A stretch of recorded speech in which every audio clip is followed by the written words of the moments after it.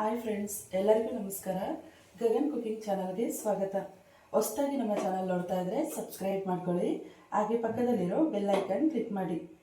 ಬನ್ನಿ, ಇವತ್ತು ತುಂಬ ಟೇಸ್ಟಿಯಾದಂತಹ ಆರೋಗ್ಯಕರವಾದ ಮೂಲಂಗಿ ಒಂದು ತಗೊಂಡು ಅದು ತುರಿದ್ಬಿಟ್ಟು ಚಟ್ನಿ ಮಾಡ್ತಾ ಇದ್ದೀನಿ. ಇದು ಚಪಾತಿಗೆ, ವೈಟ್ ರೈಸ್ಗೆ, ದೋಸೆಗೆಲ್ಲ ಸೂಪರ್ ಕಾಂಬಿನೇಷನ್. ಈಗ ಏನೇನು ಬೇಕು ಅಂತ ನೋಡ್ಕೊಳ್ಳೋಣ. ನಾನಿಲ್ಲಿ ಒಂದೇ ಒಂದು ಮೂಲಂಗಿನ ತುರಿದು ಇಟ್ಕೊಂಡಿದ್ದೀನಿ.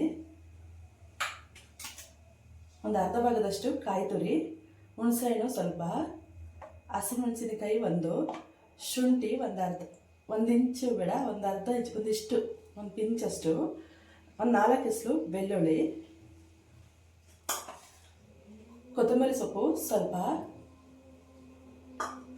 ಪುದೀನ ಒಂದು ಹಿಡಿಯಷ್ಟು, ಕಡಲೆಕಾಯಿ ಬೀಜ ಒಂದು ಚಿಕ್ಕ ಕಪ್ಪಲ್ಲಿ 1 ಕಪ್ಪಷ್ಟು, ಫ್ರೈ ಮಾಡೋದಕ್ಕೆ ಎಣ್ಣೆ, ರುಚಿಗೆ ತಕ್ಕಷ್ಟು ಉಪ್ಪು.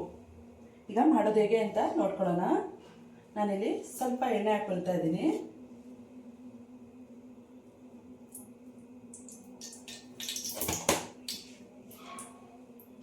ಇದಕ್ಕೆ ನಾನು ಸ್ಟಾರ್ಟಿಂಗಲ್ಲಿ ಶೇಂಗಾ ಬೀಜನ ಫ್ರೈ ಮಾಡ್ಕೊಳ್ತಾ ಇದ್ದೀನಿ.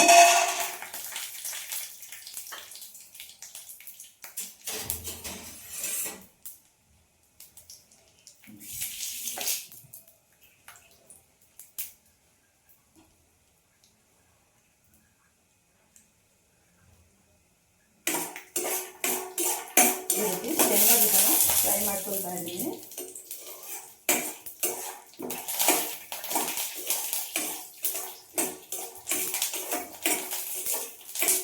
ಶೇಂಗಾ ಬೀಜ ಗರಿಗರಿ ಆಗೋ ತನಕ ಫ್ರೈ ಆಗಬೇಕು.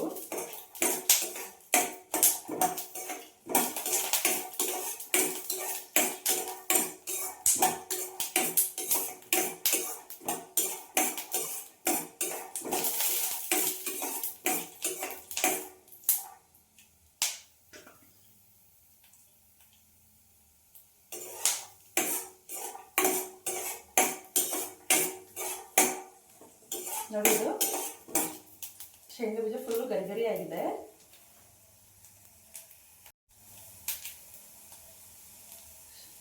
ಶೇಂಗಾ ಬೀಜ ಈಗ ಗರಿಗರಿ ಆಗಿದೆ. ಇದಕ್ಕೆ ನಾನು ಮೂಲಂಗಿ ತುರಿದಿದ್ನಲ್ಲ ಅದನ್ನು ಹಾಕೊಳ್ತಾ ಇದ್ದೀನಿ.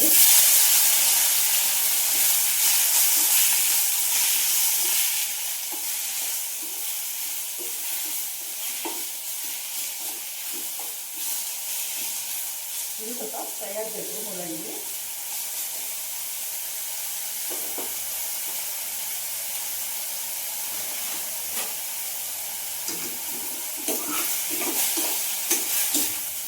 ಸ್ವಲ್ಪ ಹಸಿ ಸ್ಮೆಲ್ ಹೋಗೋ ತನಕ ಫ್ರೈ ಆಗಬೇಕು.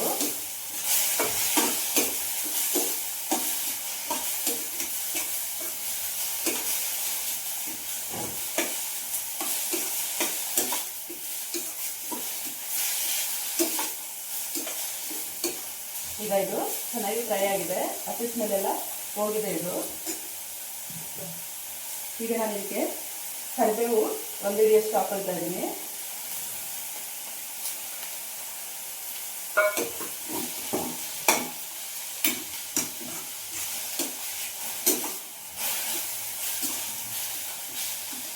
ಆಮೇಲಿಂದ ಕೊತ್ತಂಬರಿ ಸೊಪ್ಪು ಸ್ವಲ್ಪ ಹಾಕೊಳ್ತಾ ಇದ್ದೀನಿ. ನೋಡಿ, ಇಷ್ಟು.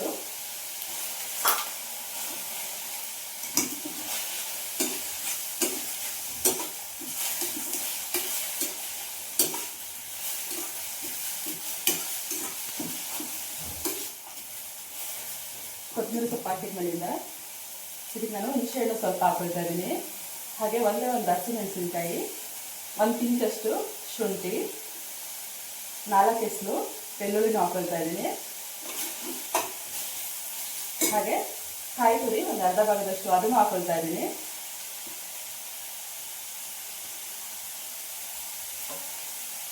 ಇಷ್ಟು ಚೆನ್ನಾಗಿ ಫ್ರೈ ಆಗಬೇಕು.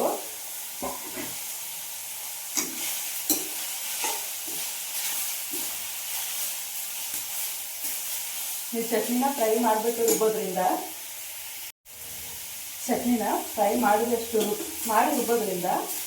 ಬೇಗ ಹಾಳಾಗಲ್ಲ, ಕೆಡೋದಿಲ್ಲ ಬೇಗ. ಇದು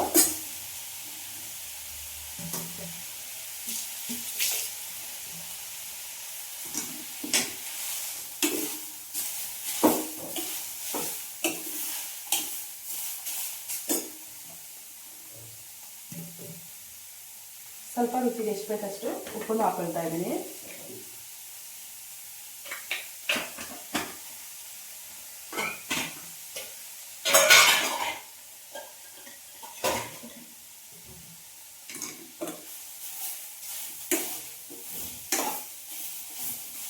ಸ್ವಲ್ಪ ಸಿಗ್ತಾ ಇದೆ ಅಂದರೆ ಸ್ವಲ್ಪ ಎಣ್ಣೆ ಹಾಕೊಳ್ಬೇಕು.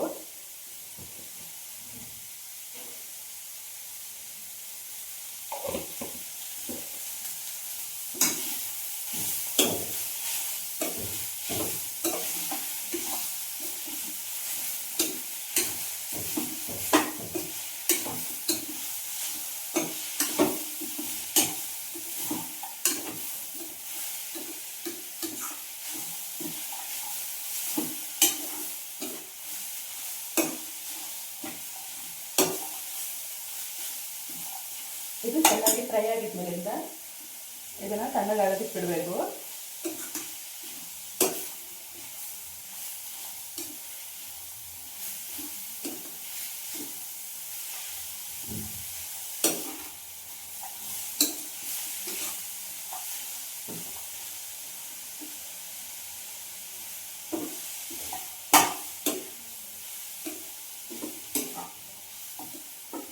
ನೋಡಿ, ಇಷ್ಟು ಫ್ರೈ ಆದರೆ ಸಾಕು.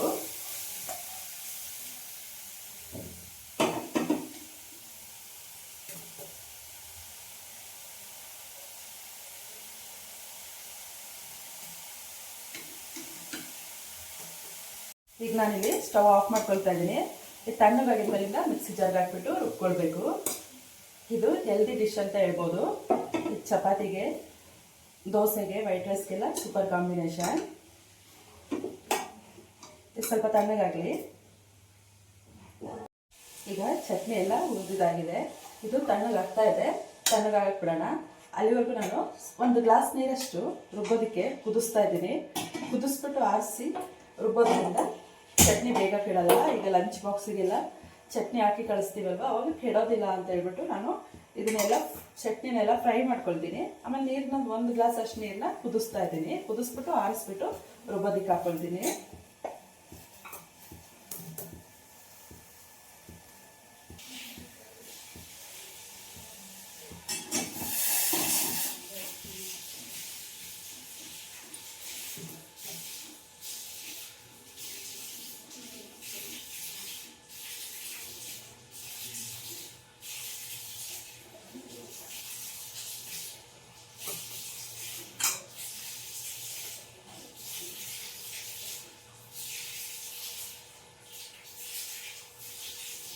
ಈಗ ನೀರು ಕುದೀತಾ ಇದೆ. ಈಗ ಸ್ಟವ್ ಆಫ್ ಮಾಡಿಬಿಟ್ಟು ಇದನ್ನು ತಣ್ಣಗಾಗೋದಕ್ಕೆ ಬಿಡಬೇಕು.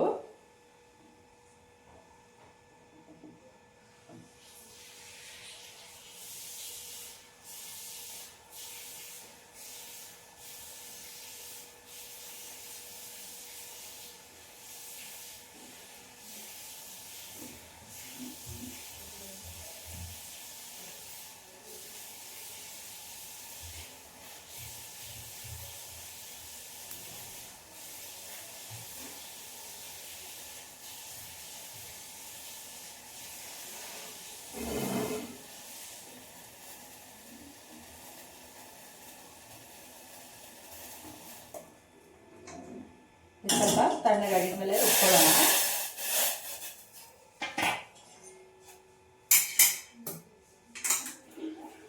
ಈ ರೀತಿ ವಿಡಿಯೋ ನೋಡಿದ್ಮೇಲೆ ನೀವು ಕೂಡ ಟ್ರೈ ಮಾಡಿ ನೋಡಿ.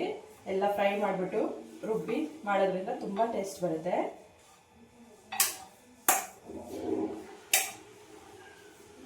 ಹಾಗೆ ಲಂಚ್ ಬಾಕ್ಸ್ಗೆಲ್ಲ ಕೆಡೋದಿಲ್ಲ. ಟೆನ್ಷನ್ ಇಲ್ಲದೇ ಇದನ್ನು ಮಾಡ್ಕೊಳ್ಬೋದು ಚಟ್ನಿನ.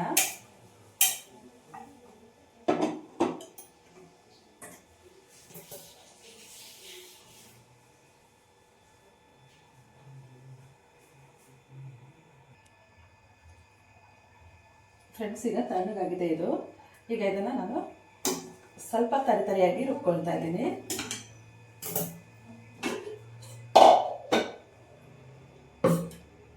ನೋಡಿದ್ರಿ, ಚೆನ್ನಾಗಿ ಫ್ರೈ ಮಾಡಿ ತಣ್ಣಗಾಗಿದ್ಮೇಲೆ ರುಬ್ಕೊಳ್ತಾ ಇದ್ದೀನಿ.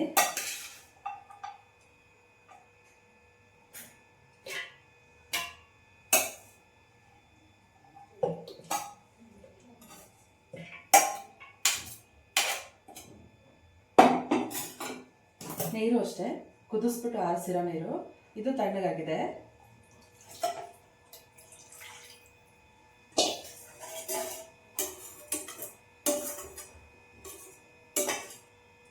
ತಕ್ಷಣಕ್ಕೆ ನಾವು ಮಾಡ್ಕೊಂಡು ತಿನ್ನೋದಾದರೆ ಇದು ಕುದಿಸಿ ನೀರು ಆರಿಸ್ಬೇಕು ಅಂತ ಏನಿಲ್ಲ. ಇದು ಬಾಕ್ಸಿಗೆ ಎಲ್ಲ ಕೊಟ್ಟು ಕಳಿಸೋದ್ರಿಂದ ನಾನು ಈ ಥರ ಮಾಡ್ಕೊಳ್ತಾ ಇದ್ದೀನಿ.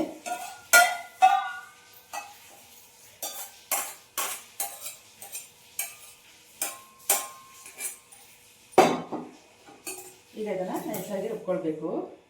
ಮೀಡಿಯಮು ತರಿಯಾಗಿ ರುಬ್ಬಬೇಕು.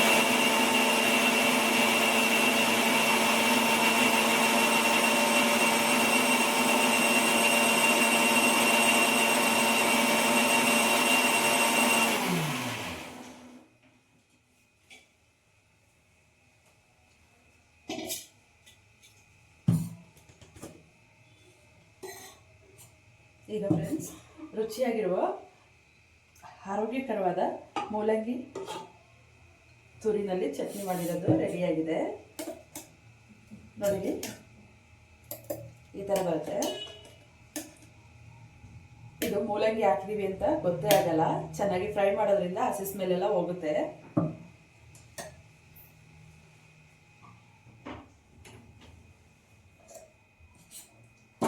ಒಂದ್ಸರಿ ಉಪ್ಪೆಲ್ಲ ಹಾಕಿದ್ದೀನಿ, ಒಂದ್ಸಲ ನೋಡೋಣ ಉಪ್ಪೆಲ್ಲ ಸರಿ ಇದೆಯಾ ಅಂತ.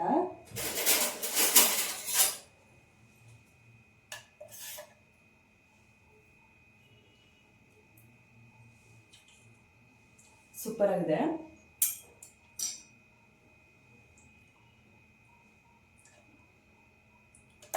ಇದು ಚಪಾತಿಗೆ, ದೋಸೆಗೆ, ವೈಟ್ ರೈಸ್ಗೆಲ್ಲ ಸೂಪರ್ ಕಾಂಬಿನೇಷನ್. ಫ್ರೆಂಡ್ಸ್, ಈ ರೆಸಿಪಿ ನಿಮಗೆ ಇಷ್ಟ ಆಯ್ತಂದರೆ ಪ್ಲೀಸ್ ಕಮೆಂಟ್ ಮಾಡಿ, ಲೈಕ್ ಕೊಟ್ಟು ಶೇರ್ ಮಾಡಿ. ಹಾಗೆ ಗಗನ್ ಕುಕಿಂಗ್ ಚಾನಲ್ಗೆ ಸಬ್ಸ್ಕ್ರೈಬ್ ಆಗಿ. ಯಾರೆಲ್ಲ ನನ್ನ ಚಾನಲ್ ಹೊಸದಾಗಿ ನೋಡ್ತಾ ಇದ್ದೀರಾ, ಸಬ್ಸ್ಕ್ರೈಬ್ ಆಗಿಲ್ಲ ಅಂದರೆ ಸಬ್ಸ್ಕ್ರೈಬ್ ಮಾಡ್ಕೊಳ್ಳಿ. ಹಾಗೆ ನಿಮ್ಮ ಫ್ರೆಂಡ್ಸ್ ಆ್ಯಂಡ್ ಫ್ಯಾಮಿಲಿಗೆಲ್ಲ ಶೇರ್ ಮಾಡಿ. Thank you friends.